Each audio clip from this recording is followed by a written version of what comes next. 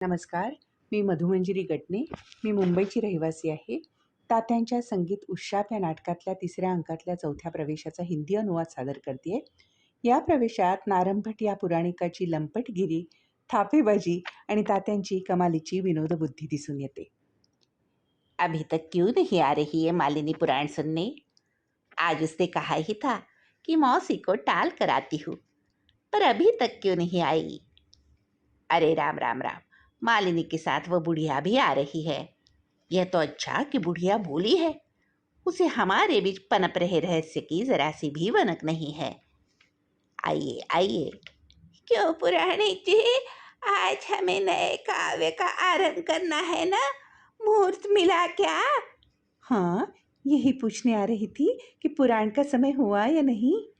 बिल्कुल बिल्कुल मालिनी जी, हम तो आपके मुखचंद्र के उदित होने की राह देख रहे थे। कामिनी के शीतल मुखचंद्र का उदित होना, यही मुहूर्त आज हम पढ़ने जा रहे हैं। यही इस रूपावली काव्य में बताया गया है। फिर वही रूपावली काव्य ही पढ़े. ठीक है, विराजिए। ओम श्री गणेशाय नमः।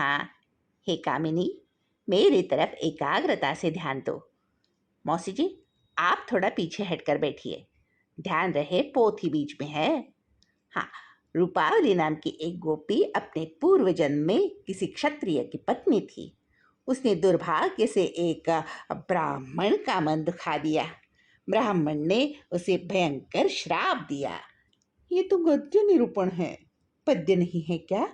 यदि इस काव्य में कोई संस्कृत श्लोक हो तो एक आध पढ़िए ना. हे सुंदरी, संस्कृत का एकाध ही क्यों, मुझे हजारों श्लोक मुखोद्गत है, पर उनमें से कुछ महिलाओं एवं शूद्रों के सामने कहना प्रतिबंधित है। क्या करूं, मुझे तो एक भी श्लोक स्मरण नहीं आ रहा। अरे सुलोचना, इस रूपावली काव्य में वेदांत से संबंधित श्लोक बहुत है, उन्हें महिलाओं के सामने कैसे पढ़ो? हाँ, स्मरण आया एक श्लोक। हाँ, उसमें एक शास्त्रीय चर्चा न करने वाला मैं सुनाता हूँ। तुम लोग जरा आगे आओ, यानी ठीक से सुनाई देगा। ना ना मौसी, आप नहीं, आप इतना आगे मत आइए। सामने पोथी जो है, रूपावली काव्य पठन आरंभ करता हूँ। सुमुखश्चैकदन्तस्य कपिलोगजकर्णकः लंबोदरश्च विकटो विघ्ननाशो विनायका। अरे अरे, ये श्लोक तो ब्राह्मणों के छोटे से बच्चे रटा करते थे हमारे घर के सामने. तो क्या हुआ, तोते क्या रामचंद्र जी नहीं रटते? खरा महत्व, खरी सुंदरता है सुंदरी अर्थ में है। बच्चों को अर्थ या भाव थोड़े ही समझ में आता है। इस एक श्लोक के कुछ 13 अर्थ बताए गए हैं। उनमें से एक अर्थ सुनो लावण्य लतिका। छी, इस तरह बार बार मेरी लावण्यलता पर चढ़ने का प्रयास करना उचित नहीं. एक आध बार पैर फिसल कर गिरने का और दांत टूटने का डर भी रहता है उसमें. कोई हर्ज नहीं, काम शास्त्र में कहा ही है, दंतच्छेदी ही नागानाम श्लाघ्यो गिरिविदारण। अर्थ बताओ इसका। आप तो पहले वाले का अर्थ बताए. कामशास्त्र के श्लोक का अर्थ तो अपने आप धीरे धीरे मेरी समझ में आने लगा है. सुमुखश्चैकदन्तस्य कपिलोगजकर्णकः।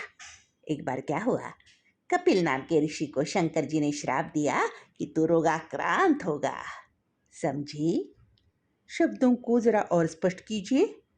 सुमुखश्चैकदन्तस्य, हे सुमुखी सुनो।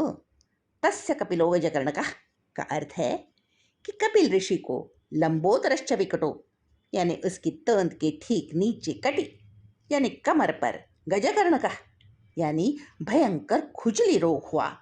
उसकी पीड़ा की कल्पना भी नहीं की जा सकती, इतना कष्ट था उसे। जलन ही जलन हो रही थी, सारा बदन जल रहा था। कपिलो गजकर्णकः। मौसी बुढ़िया, जरा दूर सरक के बैठने को कहा मैंने, कितना आगे सरक जाती है आप। आगे रखी पोथी का तो ख्याल करिए। मैं जैसे आसन लगाकर बैठा हूँ, वैसे स्थिर आसन में बैठिए आप। मौसी जी, शायद पटेल साहब आपको बुला रहे हैं। अच्छा, जाके आओ थोड़ी। थोड़ी क्यों, आप पूरी की पूरी जाए।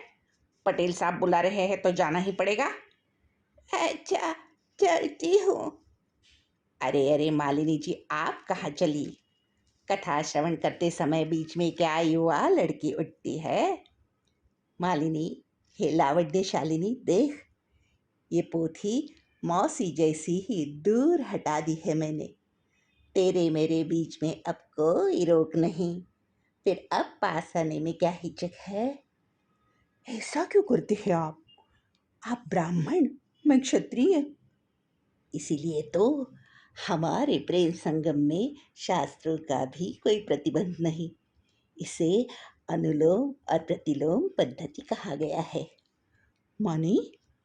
अरे पगली, अनुलोम यानी यदि किसी ब्राह्मण का प्रेम किसी क्षत्रिय पर आया और उसका भी प्रेम ब्राह्मण पर हो गया। आय हाय, क्या शर्मा रही है, क्या लटके झटके दिखा रही है। यदि वो क्षत्रिय कन्या संकोच से ब्राह्मण को अकेला देख थोड़ी सी पीछे मुड़कर खड़ी रहे तो ब्राह्मण को उससे अनुलोम विवाह करना चाहिए। लोम यानी केश, अनु यानी पीछे से, अर्थात इस तरह लज्जा विमुख उसे पीछे से आगे मोड़कर उसके मुख का लेना चाहिए और उसे भी ऐसा ही देना चाहिए। और तो बताना कि वैसे ही आचरण कर दिखाना नहीं होता। बिना लिए किए भी मैं समझ सकती हूँ, इसीलिए दूर से ही समझाइए आप। प्रतिलोम क्या होता है? बताता हूँ। अनुलोम एवं प्रतिलोम दोनों विवाह पद्धतियाँ बताता हूँ, फिर जो उचित लगे उस तरीके से स्वीकार करना मुझे।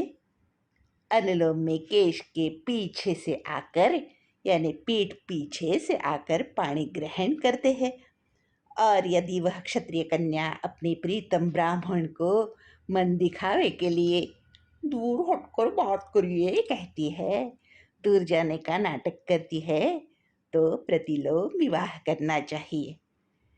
प्रति यानी उसमें, लोम यानी लटक कर, अर्थात ऐसे गले में गल बाहें डालकर विवाह करना। असली क्षत्रिय कन्या कभी भी प्रतिलोम विवाह से दूर नहीं भागती, वह वश में हो जाती है।